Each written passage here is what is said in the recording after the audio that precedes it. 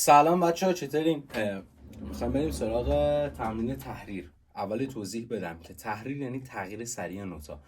ببین مثلا ما میخوایم یک نوت رو بگیریم، مثلا نوت دو، نیم پرده بریم بالا و نیم پرده بیایم پایین. توی سولفژ بهش میگن برودری دوتایی. مثلا با حرف آ میگیم آ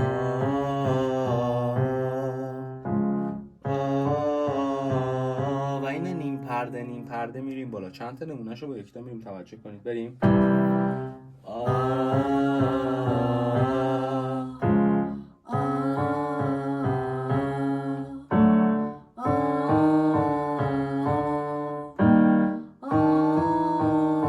روند نوت به این شکله. دقیقا همین اتفاق، یه دونه بالا برمیگرده خودش و یه دونه میاد پایین دوباره برمیگرده به خودش.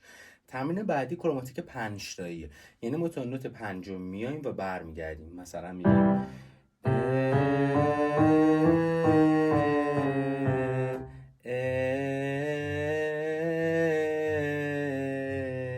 بریم با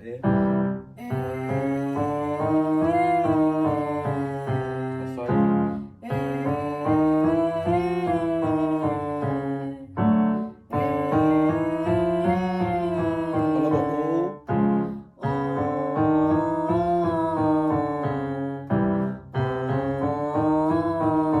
حالا با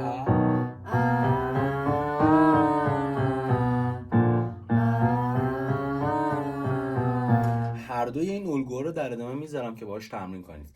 من توصیه میکنم با آ، ا، ای، او و او، با هر 6 تا از این حروف صدادار برین تمرین تحریر رو.